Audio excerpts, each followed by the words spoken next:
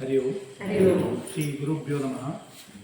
ರಾಮೋ ರಾಜಮಣಿಃ ಸದಾ ವಿಜಯತೆ, ರಾಮಂ ರಮೇಶಂ ಭಜೆ, ರಾಮೇಣ ಅಭಿಹತ ನಿಶಾಚರಚಮು, ರಾಮಾಯ ತಸ್ಮೈ ನಮಃ. ರಾಮಾತ್ ನಾಸ್ತಿ ಪರಾಯಣಂ ಪರತರಂ, ರಾಮಸ್ಯ ದಾಸೋಸ್ಮ್ಯಹಂ, ರಾಮೇ ಚಿತ್ತಲಯಂ ಸದಾ ಭವತು ಮೇ, ಹೇ ರಾಮ ಮಾಮುದ್ಧರ, ಭೋ ರಾಮ ಮಾಮುದ್ಧರ. ಪ್ರಥಮವಾಗಿ ಕವಿತಾ ಶಾಖಮಾರುಹ್ಯ ಪೂಜಂತಂ ರಾಮ ರಾಮೇತಿ ಮಧುರಂ ಮಧುರಾಕ್ಷರಂ ವಾಲ್ಮೀಕಿ ಕೋಕಿಲಂ ಅಹಂ ವಂದೇ. ಕ್ಷೇತ್ರದಲ್ಲಿ ಸಾನ್ನಿಧ್ಯವಿರುವಂತಹ ಶ್ರೀ ವೀರಾಂಜನೇಯ ದೇವರು ಹಾಗೂ ಪರಿಸರದಲ್ಲಿರುವ ಎಲ್ಲ ದೈವಿಕ ಶಕ್ತಿಗಳಿಗೆ ನಮಿಸುತ್ತಾ, ಇಷ್ಟ ದೇವರನ್ನು ಮನಸ್ಸಿನಲ್ಲಿ ಪ್ರಾರ್ಥಿಸುತ್ತಾ, ವೇದಿಕೆಯ ಮುಂಭಾಗದಲ್ಲಿರುವಂತಹ ಅಕ್ಕಂದಿರೇ ಹಾಗೂ ಅಣ್ಣಂದಿರೇ, ಯೋಗ ಬಂಧುಗಳೇ, ನಾನು ನಿಮ್ಮ ರಮೇಶ್ ಅಣ್ಣ, ವೀರಾಂಜನೇಯ ಶಾಖೆ ಕೊಡಬಹುದು. ಎಲ್ಲರಿಗೂ ಕೂಡ ರಾಮನವಮಿಯ ಶುಭ ಹಾರೈಕೆಗಳು. ಇನ್ನು ನಾವೆಲ್ಲ ಇಲ್ಲಿ ರಾಮನವಮಿಯ ಬಗ್ಗೆ SPYSS ಸಂಸ್ಥೆಯ ವತಿಯಿಂದ ನಡೆಯುವಂತಹ ಯೋಗದ ಶಿಕ್ಷಣದ ನಂತರ ಒಟ್ಟಾಗಿ ಸೇರಿದ್ದೇವೆ. ಈ ದಿನ ಬಹಳ ವಿಶೇಷವಾದ ದಿನ. ಏನು ಹೇಳಿ, ಏನು ವಿಶೇಷ?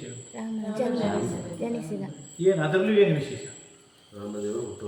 ರಾಮದೇವರ ಹುಟ್ಟುಹಬ್ಬ. ಅದರಲ್ಲಿ ಒಂದು ವಿಶೇಷ ಉಂಟು, ಎರಡು ವಿಶೇಷ ಉಂಟು. ಒಂದು ಕ್ಷೇತ್ರ, ಮತ್ತೊಂದು ನಕ್ಷತ್ರ. ಯಾವತ್ತೂ ರಾಮನವಮಿ ಇದೇ ದಿವಸ ಬಂದರೂ ಇದೇ ನಕ್ಷತ್ರದಲ್ಲಿ ಬರುವುದಿಲ್ಲ. ರಾಮದೇವರು ಹುಟ್ಟಿದ ನಕ್ಷತ್ರ ಇವತ್ತು ನಕ್ಷತ್ರಕ್ಕೆ ಸರಿಯಾಗಿ ಬಂದಿದೆ.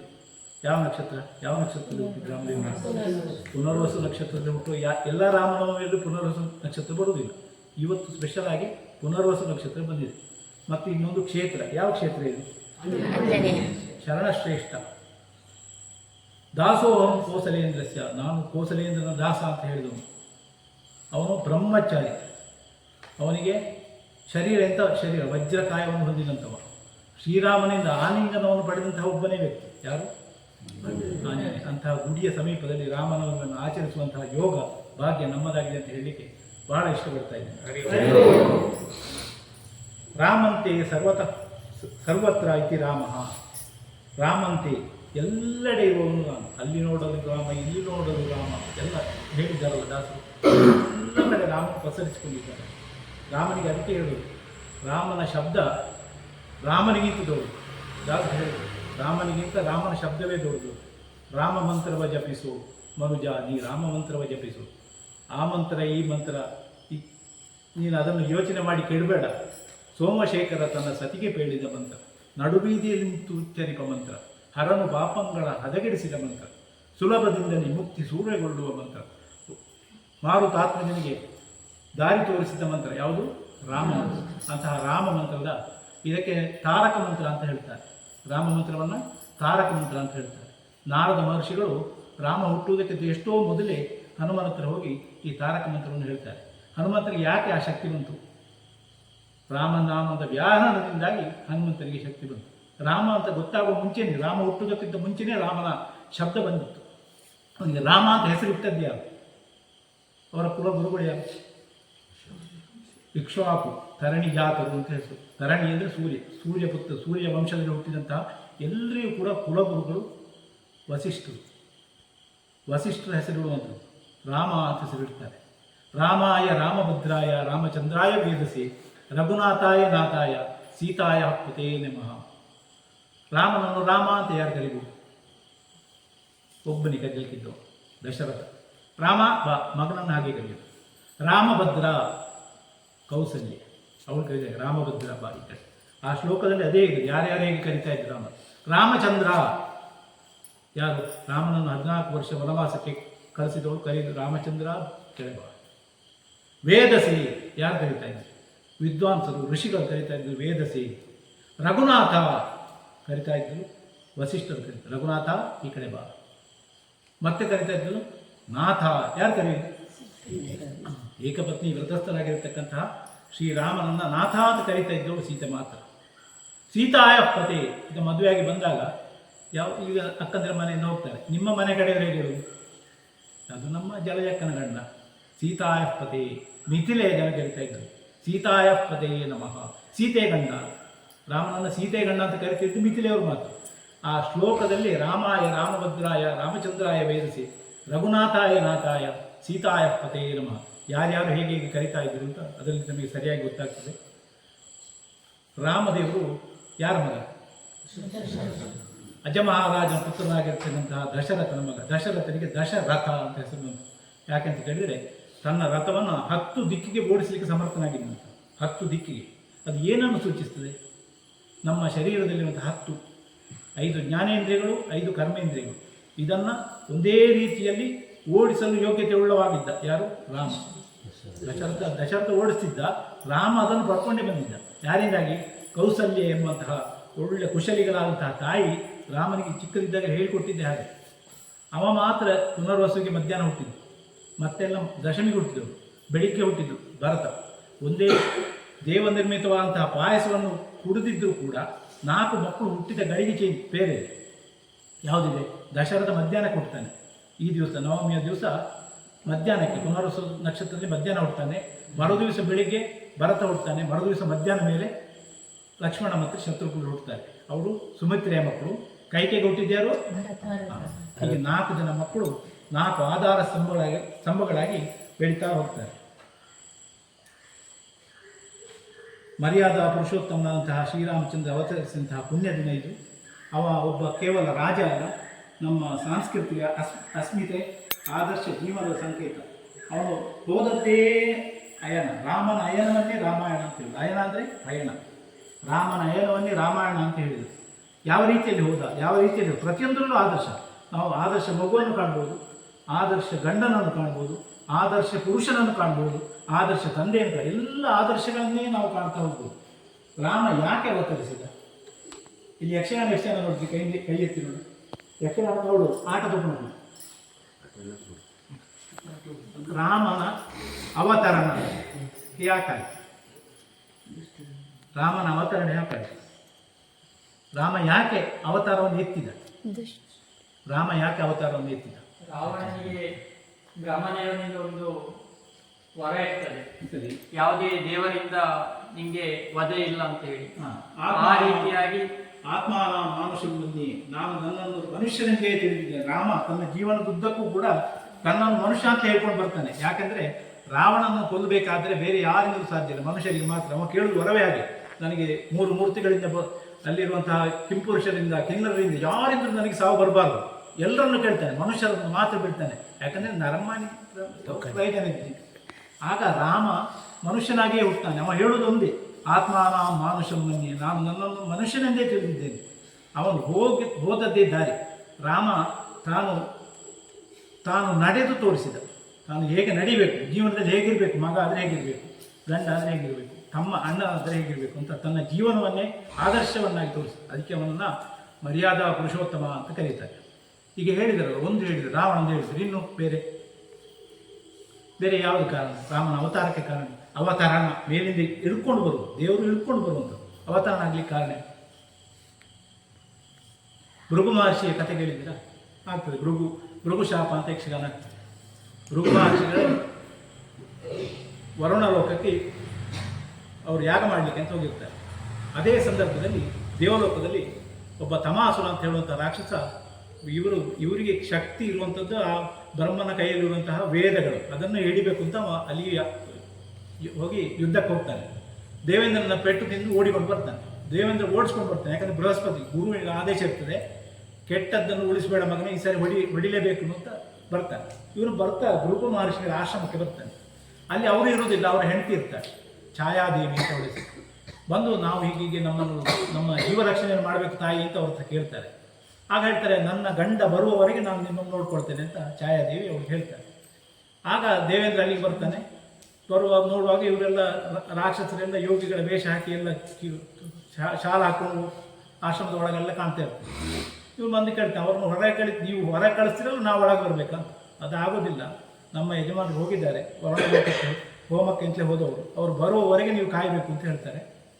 ಆದರೆ ದೇವೇಂದ್ರ ಒಳಗೆ ಬರ್ತಾನೆ. ನೀನು ಒಳಗೆ ಬಂದರೆ ಎಂತ ಮಾಡ್ತೀನಿ, ನೀನು ಅಡ್ಡ ನಿಂತು ನಿನಗೆ ಹೊಡಿತೆ ಅಂತ ವಜ್ರಾಯುಧವನ್ನು ಎತ್ತಾನೆ. ಆಗ ಸ್ತಂಭಯ ಅಂತ ಹೇಳ್ತಾಳೆ, ಅವನ ಕೈ ಮೇಲೆ ನಿಲ್ತದೆ. ಹಾಗೆ ಸ್ತಂಭಿಸಿದಂತಹ ದೇವೇಂದ್ರ ವಿಷ್ಣುವನ್ನು ಕರೀತಾನೆ. ದೇವರೇ ನನಗೆ ಎಂತ ಮಾಡೋದು, ನನ್ನ ಕೈ ಮೇಲೆ ಕೆಳಗೆ ಹೋಗುವುದಿಲ್ಲ, ನಿಲ್ಲಿಕ್ಕಾಗುವುದಿಲ್ಲ, ಕೈಯೊಂದು ಮೇಲೆ ಅಂತಹ ಆಗ ವಿಷ್ಣು ಬರ್ತಾನೆ. ವಿಷ್ಣು ಬಂದು ಸ್ತಂಭಿಸಿದಂಥ ಕೈಯನ್ನು ಬಿಡಿಸ್ತಾನೆ. ಆಗ ಅವಳು ಹೇಳ್ತಾಳೆ, ನಾನು ಕೊಟ್ಟ ಶಿಕ್ಷೆಯನ್ನು ತೆಗಿಲಿಕ್ಕೆ ನೀನು ಯಾರು? ಅವ ನಮ್ಮ ಆಶ್ರಮಕ್ಕೆ ಬಂದದ್ದು, ನನ್ನ ಗಂಡ ಇಲ್ಲ, ನಾನು ನನ್ನ ಗಂಡ ಬರುವವರೆಗೆ ಇರಬೇಕು ಅಂತ ಹೇಳಿದ್ದೇನೆ. ನೀನು ಇರ್ಬೋದು, ನಿನಗೆ ಬೇಕಾದ್ದನ್ನು ಮಾಡುವಂಥ ಶಕ್ತಿ ಇರ್ಬೋದು, ಆದರೂ ಕೂಡ ಇದು ನನ್ನ ಪರಿಧಿ ಒಳಗೆ ಬಂದು ನೀನು ಮಾಡಿದ ತಪ್ಪು, ನಿನಗೂ ಶಿಕ್ಷೆ ಕೊಡ್ತೇನೆ ಅಂತ ಹೇಳಿ ಕೋಪದಲ್ಲಿ ಮುಂದೋಗ್ತಾಳೆ. ವಿಷ್ಣು ತನ್ನ ಚಕ್ರದಿಂದ ಅವಳನ್ನು ಕತ್ತರಿಸ್ತಾಳೆ. ಸ್ವಲ್ಪ ಸಮಯ ಆಗೋ ಭೃಗು ಮಹರ್ಷಿ ಬರ್ತಾರೆ. ಬಂದು ನೋಡ್ಬೇಕಾದ್ರೆ ಅವನ ಹೆಂಡತಿ ಸತ್ತೋಗಿರ್ತಾರೆ. ಏನು ಧ್ಯಾನ ದೃಷ್ಟಿಯಲ್ಲಿ ನೋಡ್ತಾರೆ. ನೋಡಿದರೆ ವಿಷ್ಣು ಕೊಂದಿದ್ದು ಅಂತ ಗೊತ್ತಾಗ್ತದೆ. ಒಂದು ಶಾಪ ಕೊಡ್ತಾನೆ, ನೀನು ಇನ್ನು ಭೂಮಿಯಲ್ಲಿ 10 ಅವತಾರವನ್ನು ಎತ್ತಬೇಕು. ಅದರಲ್ಲಿಯೂ ಒಂದು ಅವತಾರದಲ್ಲಿ ನನಗೆ ಹೇಗೆ ಹೆಂಡತಿಯ ಇಲ್ಲದೆ ನಾನು ಎಷ್ಟು ಭವಣೆಯನ್ನು ಪಡ್ತಾ ಇದ್ದ ಅಂತ ಭವಣೆಯನ್ನು ನೀನು ಪಡಬೇಕು. ಮರವನ್ನು ನೋಡಿ ನೀವು ಅಳಬೇಕು ನಿನ್ನ ಹೆಂಡತಿಗಾಗಿ ಅಂತ ಶಾಪವನ್ನು ಕೊಡ್ತಾರೆ. ಇದು ಒಂದು ಶಾಪ. ಇನ್ನೊಂದು ನೀವು ನೋಡಿದ್ರಿ, ತ್ರಿಜನ್ಮ ಮೋಕ್ಷ ಯಕ್ಷಗಾನ ಯಾರು ನೋಡಿದ್ದೀರಿ? ತ್ರಿಜನ್ಮ ಮೋಕ್ಷ ಜಯ ವಿಜಯರು ಅಂತ ಇರ್ತಾರೆ. ವಿಷ್ಣುವಿನ ವೈಕುಂಠದಲ್ಲಿ ಕಾವಲು ಕಾಯ್ತಿರುವಂಥವ್ರು. ಅವರಿಗೆ ಬ್ರಹ್ಮ ಮಾನಸ ಪುತ್ರ ಅಂತಹ ಸನಕಾದಿ 4 ಜನ ಇದ್ದಾರೆ. ಸನಕ, ಸನತ್ಕುಮಾರ, ಸನಾನಂದ ಮತ್ತು ಸನತ್ಸುಜಾತ ಅಂತ 4 ಮಂದಿ ಬರ್ತಾರೆ. ವಿಷ್ಣುವಿನ ದರ್ಶನಕ್ಕೆ ಅಂತ ಬರುವಾಗ, ಈಗ ಇಲ್ಲ ವಿಷ್ಣು ಮಲಗಿದ್ದಾರೆ, ಈಗ ಹೋಗುವಾಗಿಲ್ಲ ಅಂತ ಹೇಳ್ತಾರೆ. ಇಲ್ಲ, ನಾವು ದೇವರನ್ನು ನೋಡಿದೇ ಹೋಗುದಿಲ್ಲ ಅಂತ. ಆಗ ಅವರು ತಳ್ಳುತ್ತಾರೆ. ಆಗ ನೀವು ಅತ್ಯಂತ ಮೇಲಿನ ಲೋಕ ವಿಷ್ಣು ಲೋಕ, ಈ ಲೋಕದಲ್ಲಿ ಇರಲಿಕ್ಕೆ ನೀವು ಯೋಗ್ಯತಿದ್ದವರಲ್ಲ. ನಮ್ಮನ್ನು ತಳ್ಳಿ ಯಾವಾಗ ನಮ್ಮ ಬೇರೆ ನೀವು ಬಲಪ್ರಯೋಗ ಮಾಡಿದರೆ ನೀವು ಭೂಮಿಯಲ್ಲಿ ರಾಕ್ಷಸರಾಗಿ ಹುಟ್ಟಿ ಅಂತ ಶಾಪ ಕೊಡ್ತಾರೆ. ಆಗ ಅವರು ಹೋಗಿ ಹೇಳ್ತಾರೆ, ವಿಷ್ಣುದೇವರು ನಮ್ಮ ತಪ್ಪಾಗಿದೆ, ಬಂದಿದ್ದು ಯಾವಂತ ಗೊತ್ತಾಗಲಿಲ್ಲ, ನಾವು ಸ್ವಲ್ಪ ಇದು ಮಾಡಿದ್ದೇವೆ, ನಾವು ಅವರ ಮಹಿಮೇಲೆ ಕೈ ಹಾಕಿದ್ದೇವೆ, ಈಗ ಎಂತ ಮಾಡೋದು? ನನಗೆ ಎಂತ ಮಾಡಲಿಕ್ಕೆ ಆಗೋದು, ನೀನು ಅವ್ರ ಹತ್ರ ಕೇಳು. ಅವ್ರು ಹೇಳ್ತಾರೆ, ನೀವು ವಿಷ್ಣುವಿನ ಹತ್ರ ಕೇಳು. ಕೊನೆಗೆ ಹೇಳ್ತೇನೆ, ಆಯಿತು, ಆದರೆ ಒಂದು ಕೆಲಸ ಮಾಡುವ, ನೀವು 7 ಜನ್ಮ ಅವರು ರಾಕ್ಷಸರಾಗಿ 7 ಜನ್ಮ ಒಳ್ಳೆಯವರಾಗಿ ಬದುಕಿ 7 ಜನ್ಮ ಕಳೆದು ಮತ್ತೆ ನಿಮಗೆ ವೈಕುಂಠ ಕರ್ಕೊಂಡು, ಅಥವಾ ಕ್ರೂರ ದಾನವರಾಗಿ 3 ಜನ್ಮದಲ್ಲಿ ಇದೆ, ಯಾವುದಾಗ್ಬೋದು ಅಂತ ಕೇಳ್ತಾರೆ. ಅವ್ರು ಹೇಳ್ತಾರೆ, ನಿಮಗೆ ಬೇಗ ಬರಬೇಕು, ನಿಮಗೆ ಶಟ್ಲ್ ಬಸ್ಸಲ್ಲಿ ಬೇಡ, ನಿಮಗೆ ಎಕ್ಸ್ಪ್ರೆಸ್ನಲ್ಲಿ ಆಗಬೇಕು, 3 ಜನ್ಮ ಸಾಕು.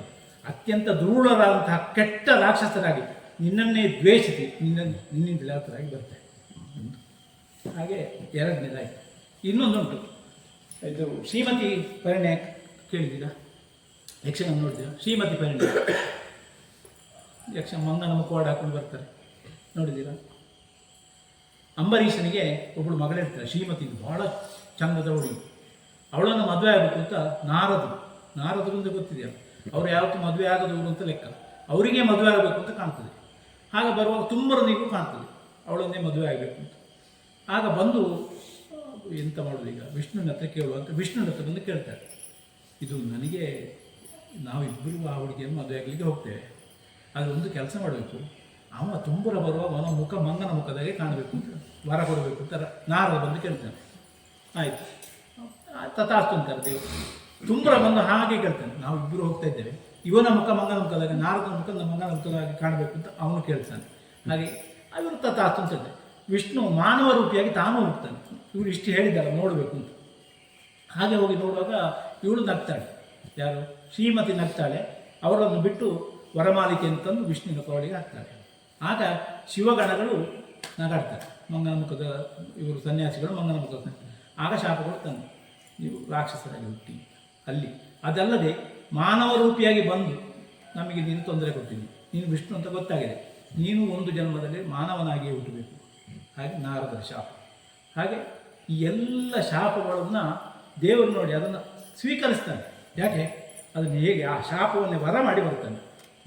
ಆ ರಾಕ್ಷಸರನ್ನು ಕೊಲ್ಲುವುದಕ್ಕೆ ವರ ಮಾಡಿ ಬಂದಂತಹ ಮಹಾವಿಷ್ಣು 7ನೇ ಅವತಾರದಲ್ಲಿ ಶ್ರೀರಾಮನಾಗಿ ಬರ್ತಾನೆ. ಪ್ರಭು ಶ್ರೀರಾಮಚಂದ್ರ ಭೂಮಿಗೆ ಅವತರಿಸಿದಂತಹ ಕಥೆ ಅದನ್ನೇ ಪೂರ್ವಂ ರಾಮ ತಪೋವನಾವಿಗಮನಂ ಹತ್ವಾ ಮುಗಂ ಕಾಂಚನಂ ವೈದೇಹಿ ಹರಣಂ ಜಟಾಯುನಂ ಸುಗ್ರೀವ ಸಂಭಾಷಣಂ ವಾಲಿ ನಿಗ್ರಹಣಂ ಸಮುದ್ರತರಣಂ ಲಂಕಾಪರೀದಾಹನಂ ಪಶ್ಚಾದ್ರಾವಣ ಕುಂಭಕರ್ಣಂ ಏತದ್ದಿ ರಾಮಾಯಣಂ. ಹೀಗೆ ರಾಮನ ಅವತರಣ ಆಗ್ತದೆ. ನಾರದರು ಹೇಳಿದಂತಹ ಮಂತ್ರ ಯಾವ ಮಂತ್ರ? ರಾಮ ತಾರಕ ಮಂತ್ರ ಯಾವುದು? ಶ್ರೀರಾಮ್ ಜಯ ರಾಮ್ ಜಯ ಜಯ ರಾಮ್. ಹನುಮಂತ ರಾಮ ಭಕ್ತನಾದಂತಹ ಹನುಮಂತನಿಗೆ ಉಪದೇಶಿಸಿದಂತಹ ಮಂತ್ರ. ಇದಕ್ಕೆ ಮಂತ್ರಗಳ ರಾಜ ಅಂತ ಕರೀತಾರೆ. ಇದನ್ನು ವಿಶೇಷ ಅಂತ ಹೇಳಿದರೆ ಯಾವ ಏಜ್ ಗ್ರೂಪಿಗೆ ಇಲ್ಲ, ಯಾರು ಪಠಿಸ್ಬೋದು, ಯಾವ ಏಜಿನವರು ಪಠಿಸ್ಬೋದು, ಯಾವ ಹೊತ್ತಿನಲ್ಲೂ ಪಠಿಸ್ಬೋದು, ಸ್ನಾನ ಮಾಡಿಯೂ ಪಠಿಸ್ಬೋದು, ಸ್ನಾನ ಮಾಡದೇ ಪಠಿಸ್ಬೋದು. ಈ ಮಂತ್ರಕ್ಕೆ ಅಷ್ಟು ಮಹತ್ವ ಉಂಟು. ಒಂದು ಸಾರಿ ಶಿವದೇವರು ಹೇಳ್ತಾರಂತೆ, ಇಷ್ಟೆಲ್ಲ ಇದೆ ವಿಷ್ಣುವಿಂದ ಅದೆಲ್ಲ ಹೇಳ್ತೀವಿ, ಪಾರ್ವತಿ ಹತ್ರ ಮಾತಾಡುವಾಗ ಹೇಳ್ತಾರಂತೆ, ಇದು ಬಹಳ ಸುಂದರವಾಗಿ ಸಣ್ಣದಾಗಿ ಚೊಕ್ಕದಾಗಿ ಒಂದು ನನಗೆ ಹೇಳಿಕೊಡಿ. ಆಗ ಶಿವದೇವರು ಹೇಳ್ತಾರೆ, ಶ್ರೀರಾಮ ರಾಮ ರಾಮೇತಿ ರಮೇ ರಾಮೇ ಮನೋರಮೆ ಸಹಸ್ರನಾಮ ತತ್ವಲ್ಯಂ ರಾಮನಾಮ ವರಾನ್ಮೆ. ಸಹಸ್ರನಾಮ ಪಠನೆ ಮಾಡೋದಕ್ಕೆ ಈಕ್ವಲೆಂಟ್ ಅಂದರೆ ಅದಕ್ಕೆ ಸರಿಯಾಗಿರುವಂಥದ್ದು ರಾಮನಾಮ. ಅದರ ವ್ಯಾಹರಣವನ್ನು ಮಾಡಿದೆ ಅಂತಾದರೆ ಇಷ್ಟು ನಿಮಗೆ ಶಕ್ತಿ ಬರ್ತದೆ. ಎಷ್ಟು ಶಕ್ತಿ ಬರ್ತದೆ? ಅಷ್ಟು ಶಕ್ತಿ ಬರ್ತದೆ. ಅವನಿಗೆ ಬಂದದ್ದು ಶಕ್ತಿ ಯಾರಿಂದ? ರಾಮನಾಮದ ವ್ಯಾಹಾರ. ಹಾಗೆ ಎಲ್ಲರೂ ರಾಮನಾಮದ ವ್ಯಾಹಾರವನ್ನು ಮಾಡಬೇಕು. ಇದರಿಂದ ಇಚ್ಛಾಶಕ್ತಿ, ಜ್ಞಾನಶಕ್ತಿ, ಕ್ರಿಯಾಶಕ್ತಿ, ಮೇಧಾಶಕ್ತಿ ಇದೆಲ್ಲ ಕೂಡ ಜಾಸ್ತಿ ಆಗ್ತದೆ. ಮಕ್ಕಳಲ್ಲಿ ಆತ್ಮವಿಶ್ವಾಸ ಬರ್ತದೆ. ಯಾವುದೇ ಕಷ್ಟಕರ ಪರಿಸ್ಥಿತಿ ಇದ್ದರೂ ಕೂಡ ಅದನ್ನು ಎದುರಿಸುವಂತಹ ಚಾಕಚಕ್ಯತೆ ಅವರ ಆತ್ಮವನ್ನು ಜಾಗೃತಿಗೊಳಿಸುತ್ತದೆ. ರಾಮ ನವಮಿಯ ದಿವಸ ಈ ರಾಮಮಂತ್ರಕ್ಕೆ ತುಂಬ ಪವರ್, ಶಕ್ತಿ ಜಾಸ್ತಿ. ರಾಮನವಮಿಯ ದಿವಸ ನೀವು ಮಾಡಿದ ಒಂದು ಹೇಳಿದರೆ ಅದು 8000, ಒಂದು ಮಾಡಿದರೆ 1000 ಸಾರಿ ನೀವು ಹೇಳಿದಷ್ಟು ಅಷ್ಟು ಆ ದಿವಸ ಅದಕ್ಕೆ ಮಹತ್ವ ಇದೆ. ರಾಮನವಮಿಯ ದಿವಸ ಯಾರು ರಾಮ ಮಂತ್ರದ ಪಾರಾಯಣ ಮಾಡ್ತಾರೋ ಅವರಿಗೆ ಅದರ 1000 ಪಟ್ಟು ಗುಡಿಸಿದಷ್ಟು ಶಕ್ತಿ ಸಿಗ್ತದೆ. ಆದ್ದರಿಂದ ಈ ದಿವಸ ಒಳ್ಳೆಯದು, ಮನಃಶಾಂತಿಗೆ ಒಳ್ಳೆಯದು, ಪುಣ್ಯ ಪ್ರಾಪ್ತಿಗೆ ಒಳ್ಳೆಯದು, ಆಧ್ಯಾತ್ಮಿಕ ಉನ್ನತಿಗೆ ಒಳ್ಳೆಯದು, ಪಾಪ ವಿಮೋಚನೆಗೆ ಒಳ್ಳೆಯದು, ರಕ್ಷಣೆಗೆ ಒಳ್ಳೆಯದು, ಶಕ್ತಿಗೆ ಒಳ್ಳೆಯದು, ಆರೋಗ್ಯಕ್ಕೆ ಒಳ್ಳೆಯದು, ಸಮೃದ್ಧಿಗೆ ಒಳ್ಳೆಯದು. ಶ್ರೀರಾಮನ ಕೃಪೆ ನಮ್ಮಲ್ಲಿ ಬರಲಿಕ್ಕೆ ಒಳ್ಳೆಯದು. ಶ್ರೀರಾಮ ಎಲ್ಲಿದ್ದಾನೆ? ಈಗ ಶ್ರೀರಾಮ ಎಲ್ಲಿದ್ದಾನೆ? ಕಲಿಯುಗದಲ್ಲಿ ಶ್ರೀರಾಮ ಎಲ್ಲಿದ್ದಾನೆ? ಕಲಿಯುಗದಲ್ಲಿ ನೋಡಿ, ಸತ್ಯಯುಗ ಮೊದಲು. ಆವಾಗ ನೀವು ಕಥೆ ಕೇಳಿರ್ಬೋದು, ಯುದ್ಧ ಆಗ್ತದೆ. ದೇವರು ಮತ್ತು ದಾನವರು ಮಧ್ಯೆ ಯುದ್ಧ ಆಗಬೇಕಿದ್ದರೆ ಎಲ್ಲೋ ಇರೋದು, ಪಾತಾಳದಲ್ಲಿರುವಂತಹ ರಾಕ್ಷಸರು, ದೇವಲೋಕದಲ್ಲಿರುವಂತಹ ದೇವರುಗಳು ಯುದ್ಧ ಆಗುವಂಥದ್ದು. ಅದು ಸತ್ಯಯುಗ. ಅದರಿಂದ ಮೇಲೆ ಬನ್ನಿ, ತ್ರೇತೆಗೆ ಬನ್ನಿ. ತ್ರೇತೆಗೆ ಬರುವಾಗ ಹೇಗಾಯಿತು?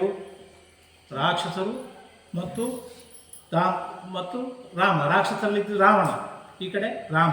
ಎಲ್ಲಿ ಆಯಿತು ಯುದ್ಧ? ಒಂದೇ ಭೂಮಿಯಲ್ಲಿ, ಒಂದೇ ಲೋಕದಲ್ಲಿ ಆಯಿತು. ಅದರ ನಂತರ ಬನ್ನಿ ಯಾವುದಕ್ಕೆ?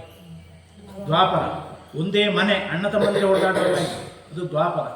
ಈಗ ಒಬ್ಬ ಮನುಷ್ಯನ ಒಳಗೆ ಇದ್ದಾನೆ ಶ್ರೀರಾಮಚಂದ್ರ, ನಮ್ಮ ಒಳಗೆ ಇದ್ದಾನೆ. ರಾವಣನೂ ನಮ್ಮಲ್ಲಿ ಉಂಟು, ರಾಮನೂ ನಮ್ಮಲ್ಲಿ ಉಂಟು, ರಾಮತ್ವವೂ ನಮ್ಮಲ್ಲಿ ಉಂಟು, ರಾವಣತ್ವವೂ ನಮ್ಮಲ್ಲಿ ಉಂಟು.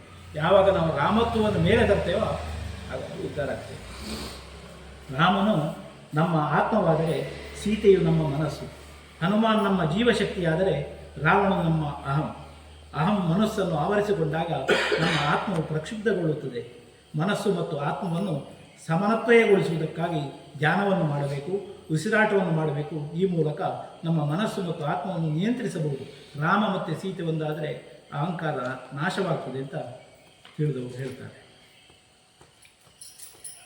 ಹಾಗೆ ಶ್ರೀರಾಮ ದೇವರು ಆತ್ಮಾನ ಮಾನುಷ್ಯಂ ಮನ್ನಿ ಅಂತ ಧರೆಯಲ್ಲಿರುವಂತಹ ದುರುಳರನ್ನು, ರಾವಣ ಕುಂಭಕರ್ಣಾದಿ ಹುಟ್ಟಿದ್ದಾರೆ, ಅಲ್ಲಿ ಜಯವಿಜಯರಿಗೆ ಶಾಪ ಸಿಕ್ಕಿ ಹುಟ್ಟಿದ್ದಾರೆ. ಅವರನ್ನು ಕೊಲ್ಲುವುದಕ್ಕಾಗಿ ದಶರಥನಿಗೆ 60,000 ವರ್ಷ ಆದರೂ ಮಕ್ಕಳಾಗುವುದಿಲ್ಲ. 3 ಜನ ಹೆಂಡತಿಯರಿರ್ತಾರೆ, 60,000 ವರ್ಷ ಆದರೂ ಮಕ್ಕಳಾಗುವುದಿಲ್ಲ. ಒಂದು ದಿವಸ ಬೇಟೆಗೆ ಅಂತ ಹೋಗ್ತಾನೆ.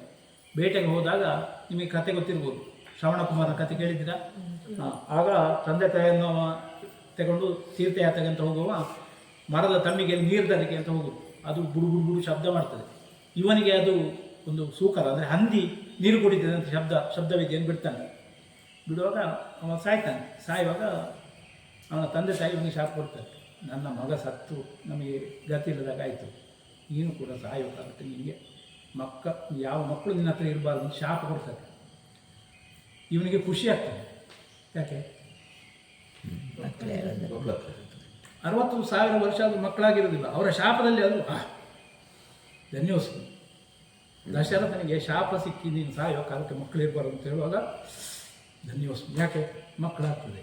ಹಾಗೆ ಧರೆಯ ಭಾರವನ್ನು ಇಳುವುದಕ್ಕಾಗಿ ಶ್ರೀರಾಮಚಂದ್ರ ಬರ್ತಾನೆ. ಇಲ್ಲಿಂದ ದೇವನಿರ್ಮಿತವಾದಂತಹ ಪಾಯಸದಲ್ಲಿ ಕೌಸಲ್ಯ, ಕೈಕೆ, ಸುಮಿತ್ರೆ ಆ 3 ಜನಕ್ಕೆ 4 ಜನ ಮಕ್ಕಳು ಒಂದೇ ತೊಟ್ಟಿಲಿನಲ್ಲಿ ಮಾಡುತ್ತಾರೆ. ನಾವು ಹೇಗಿದೆ, ಒಬ್ಬ ಗಂಡ, 3 ಹೆಂಡತಿ, 4 ಮಕ್ಕಳು ಒಂದೇ ತೊಟ್ಟಿ. ಇದು ರಾಮಾಯಣ. ಶ್ರೀರಾಮ ರಾಮ ರಾಮೇತಿ ರಮೇ ರಾಮೇ ಮನೋರಮೆ ಸಹಸ್ರನಾಮ ತತ್ತುಲ್ಯಂ ರಾಮನಾಮ ವರಾನನೆ. ಕತೆ ನಿಮಗೆಲ್ಲರಿಗೂ ಗೊತ್ತುಂಟು ರಾಮಾಯಣದ್ದು. ಹೋಗ್ತಾ ಇದ್ದಂಥ ರಾಮ ಮಂತ್ರದ ವ್ಯಾಹರಣವನ್ನು ಹೇಳಿದ್ದೆ. ರಕ್ತಗತವಾಗಿರ್ತಕ್ಕಂತಹ ಪಾಪ ರಾಮ್ ಹೇಳ್ತೇವೆ ನಾವು. ಒಮ್ಮೆ ರಾಮ ಹೇಳಿ ಎಲ್ಲರೂ ರಾಮ್ ರಾಮ್ ರಾ ಎಂಬುದಾಗಿ ನಾವು ಬಾಯಿಯನ್ನು ತೆರೀತೇವಾದ್ದರಿಂದ ರಕ್ತಗತವಾಗಿರ್ತಕ್ಕಂಥ ಪಾಪ ನಮ್ಮ ಬಾಯಿಯ ಮೂಲಕ ಹೊರಗೆ ಬರ್ತದೆ. ನಮ್ಮ ಒಳಗೆಲ್ಲ ಪಾಪ ಇರ್ತದೆ, ಆ ಪಾಪ ನಮ್ಮ ಶರೀರದಿಂದ ಹೊರಗೆ ಬರ್ತದೆ. ರಾಮ್ ಮಾ ಎಂಬುದಾಗಿ ಬಾಯಿಯನ್ನು ಮುಚ್ಚುತ್ತೇವಾದ್ದರಿಂದ ಹೊರಬಿದ್ದಂತಹ ಪಾಪಗಳು ಮತ್ತೆ ಒಳ ಹೊಗದಂತೆ ಕವಾಟವಾಗೈವೆ. ಅದು ಒಳಗೆ ಬರದಾಗ ಹಾಗೆ ನಮ್ಮ ಪಾಪ ನಮ್ಮ ಶರೀರದಿಂದ ಹೊರಗೆ ಹೋಗ್ತದೆ ಅಂತ ಹೇಳ್ತಾರೆ. ಏಕಕಾಲಕ್ಕೆ ಶ್ರೀರಾಮದೇವರು ಬ್ರಹ್ಮನೂ ಆಗ್ತಾನೆ, ವಿಷ್ಣು ಆಗ್ತಾನೆ, ಶಿವನೂ ಆಗ್ತಾನೆ. ಅದಕ್ಕೆ ಉದಾಹರಣೆ ಅಹಲ್ಯೋದ್ಧರಣ. ಅಹಲ್ಯನ್ನು ಉದ್ಧರಣ ಮಾಡುವುದಕ್ಕಾಗಿ ರಾಮ ಹೋಗ್ತಾ ಇರ್ತಾನೆ. ಅಹಲ್ಯ ಕತೆ ಗೊತ್ತುಂಟಲ್ಲ ನಿಮಗೆಲ್ಲರಿಗೂ. ಕಲ್ಲಿನ ಮೇಲೆ ಕಾಲನ್ನಿಟ್ಟು ಅಹಲ್ಯನ್ನು ಉದ್ಧರಿಸಿ ಬ್ರಹ್ಮನಾಗ್ತಾನೆ. ಶಿವನ ಸುನಾಭ ಎನ್ನುವಂತಹ ಧನುಸ್ಸನ್ನು ತಾನು ಕೈಯಲ್ಲಿ ಎತ್ತಿ ತಾನೇ ಶಿವನಿದ್ದೇನೆ ಅಂತ ತೋರಿಸ್ತಾನೆ. ಬರ್ತಾ ಮದುವೆ ಮುಗಿಸಿ ಸೀತೆಯನ್ನು ಕರ್ಕೊಂಡು ಬರುವಾಗ ಭಾರ್ಗವ ರಾಮರು ಸಿಗ್ತಾರೆ. ನೀನು ಶಿವನ ಧನುಸ್ಸನ್ನೆಲ್ಲ ಮುರಿದಿದ್ಯಂತೆ, ನೋಡ ಕೂಡಿದ್ರೆ ನಂದು ವೈಷ್ಣವ ಧನುಸ್ಸುಂಟು, ನಾನು ಭಾರ್ಗವ ರಾಮ, ನನ್ನ ಧನುಸ್ಸು ಹೆದೆಯೇರಿಸಂತ ಕೇಳ್ತಾರೆ. ಆಗ ಆ ಧನುಸ್ಸನ್ನು ಹೆದೆಯೇರಿಸಿ, ವೈಷ್ಣವ ಧನುಸ್ಸನ್ನು ಹೆದೆಯೇರಿಸಿ ತಾನೇ ವಿಷ್ಣು ಇದ್ದಾನೆ ಅಂತ ತೋರಿಸಿದ್ದಾರೆ. ಆದ್ದರಿಂದ ಬ್ರಹ್ಮ ವಿಷ್ಣು ಮಹೇಶ್ವರ ಮೂರು ತತ್ವಗಳನ್ನು ಕೂಡ ಅರಗಿಸಿಕೊಂಡಂತಹ ಶಕ್ತಿ ಅಂದರೆ ಅದು ರಾಮನ ಶಕ್ತಿ ಅಂತ ಕೇಳಿದವರು ಹೇಳ್ತಾರೆ. ಕರದೂಷಣ ತ್ರಿಶಿರರಂತಹ ರಾಕ್ಷಸರನ್ನು ಎತ್ತಿದ ಧನುಸ್ಸನ್ನು ಕೆಳಗೆ ಇಳಿಸುವುದಕ್ಕಿಂತ ಮೊದಲು ಅಲ್ಲಿ ಪಂಚವಟಿಗೆ ಹೋದಾಗ ಶೂರ್ಪನಖಿ ಪ್ರಸಂಗ ಗೊತ್ತಿದೆ. ಪುರುಷಾಕ್ರಮಣ ಮಾಡುವುದಕ್ಕೆ ಬಂದಂತಹ ಆಕೆಯನ್ನು ಇವರು ಮಾನಖಂಡನೆ ಮಾಡಿ ಕಳಿಸ್ತಾರೆ, ಮೂಗೆಲ್ಲ ಕತ್ತರಿಸಿ ಕಳಿಸ್ತಾರೆ. ಆ ಸಂದರ್ಭದಲ್ಲಿ ಅವನ ಅಣ್ಣಂದ್ರ ಜನಸ್ಥಾನ ನೋಡ್ಕೊಳ್ಳಿಕ್ಕೆ ಅಂತ 14,000 ರಾಕ್ಷಸರಲ್ಲಿ ಇಟ್ಟಿದ್ದು ಉತ್ತರ ಭಾಗದಲ್ಲಿ. ಅಲ್ಲಿಗೆ ಬಂದರೆ ನೀವು ಆರ್ಮಿ ನಮ್ಮದೊಂದು ತುಕಡಿಯಲ್ಲಿ ಬೇಕು ಅಂತ ಇಟ್ಟಿರ್ತಾರೆ. ಅವರನ್ನು ತನ್ನ ಎತ್ತಿದ ಧನುಸ್ಸನ್ನು ಕೆಳಗಿಳಿಸುವ ಮೊದಲು 14,000 ಜನ ಕೊಂದಂತಹ ಅಸುರಾಂತಕ ಅಂತ ಅವನಿಗೆ ಹೆಸರು ಬರ್ತದೆ. ಅಷ್ಟು ಶಕ್ತಿ ಇತ್ತು ರಾಮನಿಗೆ. ಅವನ ಹತ್ರ ಬಲ ಅತಿಬಲ ಅಂತ ಹೇಳುವಂತಹ ವಿಶ್ವಾಮಿತ್ರರು ಕೊಟ್ಟಂತಹ ಶಕ್ತಿ ಇರ್ತದೆ. ಅದು ಹೇಗೆ ಅಂತ ಹೇಳಿದರೆ ಸಜೀವ ಶರಗಳು. ಅವನ ರಾಮ ಬಿಟ್ಟ ಬಾಣ ಅವನನ್ನು ಯಾರನ್ನು ಘಾತಿಸಬೇಕು ಅವನನ್ನು ಕೊಂದು ಸಮುದ್ರದಲ್ಲಿ ಮುಳುಗಿ ಗಂಗೆಯಲ್ಲಿ ಸ್ನಾನ ಮಾಡಿ ಪುನಃ ಅವನ ಮೂಡಿಗೆಯನ್ನು ಬಂದು ಸೇರ್ತಿದ್ದಂತೆ. ಅಂತಹ ಪರಮ ಪಾವನ ಇದ್ದ ಶ್ರೀರಾಮಚಂದ್ರ. ಹಾಗೆ ಅದಾದ ನಂತರ ಮುಂದೆ ಹೋಗ್ತಾ ಹೋಗ್ತಾ ನಾವು ಕತೆ ಎಲ್ಲ ಕೇಳ್ತಾ ಬಂದಿದ್ದೇವೆ. ಸಮುದ್ರ ಉತ್ತರಣ ಆಯಿತು, ವಿಭೀಷಣ ಸಖ್ಯ ಆಯಿತು. ಹಾಗೆ ಬಂದು ವಿಭೀಷಣನ ಜೊತೆ ಸಖ್ಯ ಆದ ನಂತರ ಬರ್ತಾರೆ. ಅಲ್ಲಿ ಸೀತೆ ಅಲ್ಲಿ ಅಶೋಕ ವಾಟಿಕದಲ್ಲಿ ಇದ್ದ. ಈಗಲೂ ಕೂಡ ನೀವು ಆ ಜಾಗ ಹೋಗಿ ನೋಡಿದರೆ ಅದು ಸೀತೆ ಇದ್ದ ಇವರು ಹೋಗಿ ಬಂದಿದ್ದಾರೆ. ಈಗಲೂ ಅದು ಸೀತಾ ನಾವು ಕೇಳಿದಂಥ ಕಥೆಗಳು ಈಗಲೂ ಕಣ್ಣಿಗೆ ಕಟ್ಟಿದಾಗಿದೆ, ಹಾಗೇ ಉಂಟು. ವಾಲ್ಮೀಕಿ ಮಹರ್ಷಿ, ಅದಕ್ಕೆ ನಾನು ಮೊದಲಿಗೆ ಹೇಳಿದ್ದು ಕವಿತಾ ಶಾಖಮಾರುಹ್ಯ ಕೂಜಂತಂ ಮಧುರಂ ಮಧುರಾಕ್ಷರಂ ವಾಲ್ಮೀಕಿ ಕೋಕಿಲಂ ಬಂದೆ. ಆ ವಾಲ್ಮೀಕಿ ಋಷಿಗಳು ಹೇಗೆ ಅದನ್ನು ಹೇಳಿದ್ದಾರೆ ಅದು ಅಷ್ಟು ಚಂದವಾಗಿ ಉಂಟು. ರಾಮನ ಜನನವಾದಂತಹ ಜಾಗ, ಅವ ಪಂಚವಟಿ ಇರ್ಬೋದು, ಯಾವ ಯಾವ ಜಾಗಗಳುಂಟು ಅದು ಹೇಗೆ ಅವರು ಹೇಳಿದ್ದಾರೆ ಅದೇ ರೀತಿಯಲ್ಲಿ ಉಂಟು. ಹಾಗೆ ರಾವಣ ಕುಂಭಕರ್ಣನನ್ನು ಕೊಂದಂತಹ ರಾಮ ಸ್ವರ್ಣ ಲಂಕೆ, ತುಂಬ ಸ್ವರ್ಣಮಯವಾದಂತಹ ಲಂಕೆ ಇದೆ. ಎಲ್ಲಿ ನೋಡಿದರೂ ಸ್ವರ್ಣ, ಅಷ್ಟು ಶಕ್ತಿ ಉಂಟು. ಯಾಕಂದರೆ ಅವ ಭುಜಗದ ಚತುರ್ದಶ ಭುಜಗದಲ್ವ ಅಂತ ಅವನ ಹೆಸರು. ಯಾಕಂದರೆ 14 ಲೋಕವನ್ನು ಗೆದ್ದವ ರಾವಣ, ಅಂತಿಂತವಲ್ಲ. ಅವ ಬ್ರಾಹ್ಮಣ, ಆದರೆ ಅವನಲ್ಲಿ ಕೆಟ್ಟ 34 ಗುಣಗಳಲ್ಲಿ 32 ಗುಣ ರಾವಣನಲ್ಲಿ ಒಳ್ಳೆಯದೇ ಇರ್ತದೆ, 2 ಗುಣ ಕೆಟ್ಟದ್ದಿದ್ದು 32 ಗುಣ. ಅದಕ್ಕೋಸ್ಕರ 32 ಬಾಣ ಬಿಡ್ತಾನೆ ರಾಮ. ಯಾಕೆ? ಒಂದೇ ಬಾಣದಲ್ಲಿ ಕೊಲ್ಬೋದಿತ್ತಲ್ಲ, ಯಾಕೆ 32 ಬಿಟ್ಟು? ಆ 32 ಗುಣಗಳನ್ನು ತೆಗೆದು ಆ ಒಳ್ಳೆಯದೆಲ್ಲ ಹೋಗಬೇಕು, ಅದಾದ ನಂತರ ಅವನು ಕೊಡ್ತಾನೆ. 34 ಗುಣಗಳಲ್ಲಿ 32 ಗುಣಗಳು ಒಳ್ಳೆಯ ಗುಣ ರಾವಣನಲ್ಲಿ ಇತ್ತು. ಹಾಗೆ ವಾಲ್ಮೀಕಿ ಮಹರ್ಷಿಗಳೇ ಹೇಳಿದ್ದಾರೆ ಹೇಗಿದ್ದ ರಾವಣ. ರಾವಣೋ ನಾಮ ರಾಕ್ಷಸ ಪುರಾ ವಿಶ್ರವಸ ಪುತ್ರ ರಾವಣೋ ನಾಮ ರಾಕ್ಷಸ ಆಸೀರಸ್ಯ ನಿಜೌ ಚಾಸ್ತಾಂ ಕುಂಭಕರ್ಣ ವಿಭೀಷಣು ತೇತು ತೀವ್ರೇಣ ತಪಸ ಪ್ರತ್ಯಕ್ಷೀಕೃತ್ಯ ವೇದಸಂ ಗೌರಿವೇಚ ವರಾನ್ವಿತ್ತಾನ್ ಅಸ್ಮಾದಾಶ್ರಿತ ವತ್ಸಲಾತ್ ಅಂತ ಒಳ್ಳೆಯನಿದ್ದ. ವಿಶ್ವವಸು ಬ್ರಹ್ಮರ ಮಗ ಕೈಕಸಾದೇವಿಯ ಹುಟ್ಟಿದಂತಹ ಬಹಳ ಪರಾಕ್ರಮಿ ರಾವಣ. ಅವನನ್ನು ಕೊಂದಂತಹ ಬಂದ ನಂತರ ಲಕ್ಷ್ಮಣ ಅಂತ ಕೇಳ್ತಾನೆ, ಹೇಗುಂಟು ಲಂಕೆ ಲಕ್ಷ್ಮಣ? ಒಮ್ಮೆ ನೋಡಂತೆ ಹೇಗುಂಟು. ಹಾಗಂತ ಭಾಳ ಚೆಂದ ಉಂಟು, ನಮ್ಮ ಇದಕ್ಕಿಂತ ಕಾಣಲಿಕ್ಕೆ ಚೆಂದ ಇದೆ. ಆಗ ಅವನು ಹೇಳ್ತಾನೆ ರಾಮ, ಅಪಿ ಸ್ವರ್ಣಮಯಿ ಲಂಕಾ ನತು ರೋಚತೆ ಲಕ್ಷ್ಮಣ ಜನನಿ ಜನ್ಮಭೂಮಿಷ್ಠ ದುರ್ಗಾದಪಿ ಗರಿಯಿಸಿ. ಎಂಥ ಮಾಡ ತಾಯಿ ಮತ್ತು ತಾಯಿನಾಡು ಹೇಳುವಂಥದ್ದು ಸ್ವರ್ಗಕ್ಕಿಂತಲೂ ಹೆಚ್ಚು ಅಂತ ಹೇಳ್ತಾನೆ. ನಮಗೆ ದಾರಿ ದೀಪವಾಗುವಂತಹ ನೀತಿ ರಾಮಾಯಣದಲ್ಲಿ ಏನೆಲ್ಲ ಇದೆ. ಒಂದು ಮರ್ಯಾದಾ ಪುರುಷೋತ್ತಮ. ರಾಮನು ತನ್ನ ಜೀವನದ ಪ್ರತಿ ಹಂತದಲ್ಲೂ ಮಿತಿಯನ್ನು ಮೀರಿದವನು. ಇಂತಹ ಕಠಿಣ ಪರಿಸ್ಥಿತಿಯಲ್ಲೂ ಧರ್ಮದ ಹಾದಿ ತಪ್ಪದ ಕಾರಣಕ್ಕಾಗಿ ಅವನನ್ನು ಮರ್ಯಾದಾ ಪುರುಷೋತ್ತಮ ಅಂತ ಕರೆದಿದ್ದಾರೆ. ಕರ್ತವ್ಯ ಪಾಲನೆಯಲ್ಲಿ ತಂದೆಯ ಮಾತಿಗೆ ಬೆಲೆ ಕೊಟ್ಟು ಸಿಂಹಾಸನವನ್ನು ತ್ಯಜಿಸಿ ವನವಾಸಕ್ಕೆ ತೆರಳಿದ್ದು ಅಧಿಕಾರ ದಾಹಕ್ಕಿಂತ ಕರ್ತವ್ಯ ದೊಡ್ಡದು ಎಂಬುದನ್ನು ತೋರಿಸುತ್ತದೆ. ಮತ್ತು ಸಾಮಾಜಿಕವಾಗಿ ಸಮಾನತೆ, ಏನು ಸಮಾನತೆಯನ್ನು ಕಾಣ್ಬೋದು ರಾಮನಲ್ಲಿ? ನಾವೀಗ ಸಹಭೋಜನೆ ಎಲ್ಲ ಮಾಡ್ತೇವೆ. ರಾಮ ಎಂತ ಮಾಡಿದ್ದಾನೆ? ಏನು ಸಮಾನತೆಯನ್ನು ರಾಮನಲ್ಲಿ ಕಾಣ್ಬೋದು? ಯಾವುದಾದ್ರು ಒಂದು ಹೇಳಿ. ಶಬರಿ ಎಂತ ಮಾಡ್ತಾಳೆ? ಎಂಜಲು ಕೊಡಲಿ ರಾಮನಿಗೆ. ಗುಹನ ಜೊತೆಗೆ ಸ್ನೇಹ, ಗುಹನ ಜೊತೆ ಸ್ನೇಹ ಮಾಡಿ ಅವನು ಆ ಕಡೆ ಅವನ ಈ ನದಿ ದಡದಿಂದ ಆ ಕಡೆ ವಾನರ ಸ್ನೇಹ, ಇದೆಲ್ಲವೂ ಕೂಡ ಸಾಮಾಜಿಕವಾದಂತಹ ಸಮಾನತೆ. ಇದು ಜಾತಿ ರಹಿತ ಸಮಾಜಕ್ಕೆ ಒಂದು ದೊಡ್ಡ ಸಂದೇಶ ಇದೆ. ರಾಮರಾಜ್ಯದ ಪರಿಕಲ್ಪನೆ ಹೇಗೆ? ದೊಡ್ಡವರು ಕೇಳಿದವರು ಹೇಳ್ತಾರೆ, ರಾಮರಾಜ್ಯ ಅಂದರೆ ಕೇವಲ ಶ್ರೀಮಂತಿಕೆ ಅಲ್ಲ, ಎಲ್ರಿಗೂ ನ್ಯಾಯವನ್ನು ಸಿಗುವಂತಹ, ಯಾರು ಭಯವಿಲ್ಲದೆ ಬದುಕುವಂತಹ ವ್ಯವಸ್ಥೆ, ಸತ್ಯ, ಅಹಿಂಸೆ ಮತ್ತು ನ್ಯಾಯದ ಆಧಾರದ ಮೇಲೆ ನಿಂತಿರುವ ಆಡಳಿತವೇ ರಾಮರಾಜ್ಯ. ಯುವ ಜನತೆಗೆ ಈ ರಾಮನ ಸಂದೇಶ ಏನು? ಇಂದಿನ ಗೊಂದಲಮಯ ಜಗತ್ತಿನಲ್ಲಿ ರಾಮನ ತಾಳ್ಮೆ, ಸಂಯಮ ಮತ್ತು ದೃಢ ಸಂಕಲ್ಪಗಳು ನಮಗೆ ದಾರಿದೀಪವಾಗಬೇಕು. ಅಧರ್ಮದ ವಿರುದ್ಧ ಹೋರಾಡುವಾಗ ರಾಮನಂತೆ ಧೀರನಾಗಿರಬೇಕು. ಕುಟುಂಬ ಜವಾಬ್ದಾರಿಯನ್ನು ನಿಭಾಯಿಸುವಾಗ ರಾಮನಂತೆ ಪಿತೃವಾಕ್ಯ ಪರಿಪಾಲಕನಾಗಿರಬೇಕು. ತಾಯಿ ಮತ್ತು ತಾಯಿನಾಡು ಸ್ವರ್ಗಕ್ಕಿಂತಲೂ ಶ್ರೇಷ್ಠ ಎಂಬ ಭಾವನೆ ನಮಗೆಲ್ಲರಿಗೂ ಬರಬೇಕು. ಹಾಗೆ ರಾಮನವಮಿಯ ಈ ಶುಭ ದಿನ, ರಾಮನಾಮ ತಾರಕ ಮಂತ್ರದ ವ್ಯಾಹರಣ ನಮಗೆಲ್ಲರಿಗೂ ಕೂಡ ಆಂತರಿಕ ಬೆಳಕನ್ನು ನಮ್ಮಲ್ಲಿ ಬೆಳಗಿಸಿಕೊಳ್ಳೋಣ. ಎಲ್ಲರ ಚಿಂತೆಗಳನ್ನು ತೊಡೆದು ಹಾಕೋಣ. ವರ್ತಮಾನದ ಕ್ಷಣಕ್ಕೆ ನಮ್ಮನ್ನು ಕರೆದುಕೊಂಡು ಹೋಗೋಣ. ಹಿಂದಿನ ದ್ವೇಷಗಳನ್ನು ಬಿಡೋಣ, ನಗುವನ್ನು ಹರಡೋಣ, ಪ್ರೀತಿಯನ್ನು ಹರಡೋಣ, ಸರ್ವತ್ರ ಭ್ರಾತೃತ್ವವನ್ನು, ದೇಶಭಕ್ತಿಯನ್ನು ಹರಡೋಣ. ಹಾಗಾಗಿ ಈ ರಾಮನವಮಿಯ ಶುಭ ದಿನದ ಶುಭ ಮುಂಜಾನೆಯ ಈ ಶುಭ ಗಳಿಗೆಯಲ್ಲಿ ನಾವೆಲ್ಲರೂ ದಶರಥಾತ್ಮಜನಾದ, ದಶಮುಖ ಮರ್ದನನಾದ, ಪಶುಪತಿ ರಂಜಕನಾದ, ಪಾಪ ವಿಮೋಚನನಾದ, ಅನಾಥ ರಕ್ಷಕನಾದ, ಆಪದ್ ಬಾಂಧವನಾದ, ಮೈಥಿಲಿ ನಂದನನಾದ, ಮಾರುತಿ ವಂದಿತನಾದ ಪ್ರಭು ಶ್ರೀರಾಮಚಂದ್ರನನ್ನು ಸ್ಮರಿಸಿ ಕೃತಾರ್ಥರಾಗೋಣ. ಎಲ್ಲರೂ ನನ್ನ ಜೊತೆಯಲ್ಲಿ ಹೇಳಿರಿ. ಶ್ರೀರಾಮಚಂದ್ರ ಚರಣಂ ಮನಸಾ ಸ್ಮರಾಮಿ ಶ್ರೀರಾಮಚಂದ್ರ ಚರಣಂ ವಚಸಾ ವದಾಮಿ ಶ್ರೀರಾಮಚಂದ್ರ ಚರಣಂ ಶಿರಸಾ ನಮಾಮಿ ಶ್ರೀರಾಮಚಂದ್ರ ಚರಣಂ ಶರಣಂ ಪ್ರಪದ್ಯೆ ಶ್ರೀರಾಮಚಂದ್ರ ಚರಣಂ ಶರಣಂ ಪ್ರಪದ್ಯೆ. ರಾಮನನ್ನು ನಾವು ಕೇವಲ ಪೂಜಿಸಿದರೆ ಸಾಲದು, ಅವನ ಉತ್ತಮವಾದಂತಹ ಗುಣಗಳನ್ನು ನಮ್ಮಲ್ಲಿ ಅಳವಡಿಸಿಕೊಳ್ಬೇಕು ಅಂತ ತಿಳಿದವರು ಹೇಳ್ತಾರೆ. ಪ್ರತಿಯೊಬ್ಬ ವ್ಯಕ್ತಿ, ಆಗಲೇ ನಾನು ಹೇಳಿದ್ದೇನೆ, ಸತ್ಯಯುಗದಲ್ಲಿ ಬೇರೆ ಬೇರೆ ಲೋಕದಿಂದಲೇ ಇದ್ದರು. ಅಲ್ಲಿಂದ ತ್ರೇತಾಯುಗಕ್ಕೆ ಬರಬೇಕಾದ್ರೆ ಒಂದೇ ಏರಿಯಾಕ್ಕೆ ಬಂದರು, ಅದಾದ ನಂತರ ಒಂದೇ ಮನೆಯೊಳಗೆ ಬಂದರು. ಈಗ ನಮ್ಮ ಒಳಗೆ ಇದ್ದಾನೆ. ಆದ್ದರಿಂದ ನಮ್ಮ ಒಳಗಿರುವಂತಹ ರಾವಣತ್ವವನ್ನು ಕಡಿಮೆ ಮಾಡಿ ರಾಮತ್ವವನ್ನು ಜಾಗರಿಸಿಗೊಳಿಸುವುದೇ ಈ ರಾಮನವಮಿಯ ಆಚರಣೆ ಅಂತ ಹೇಳುತ್ತಾ, ಈ ವಿಶೇಷ ಸಂದರ್ಭದಲ್ಲಿ ಒಂದೆರಡು ಮಾತುಗಳನ್ನು ಆಡುವುದಕ್ಕೆ ಅವಕಾಶ ಮಾಡಿಕೊಟ್ಟಂತಹ SPYS ಸಮಿತಿಗೆ ಕೃತಜ್ಞತೆಗಳನ್ನು ಸಲ್ಲಿಸುತ್ತಾ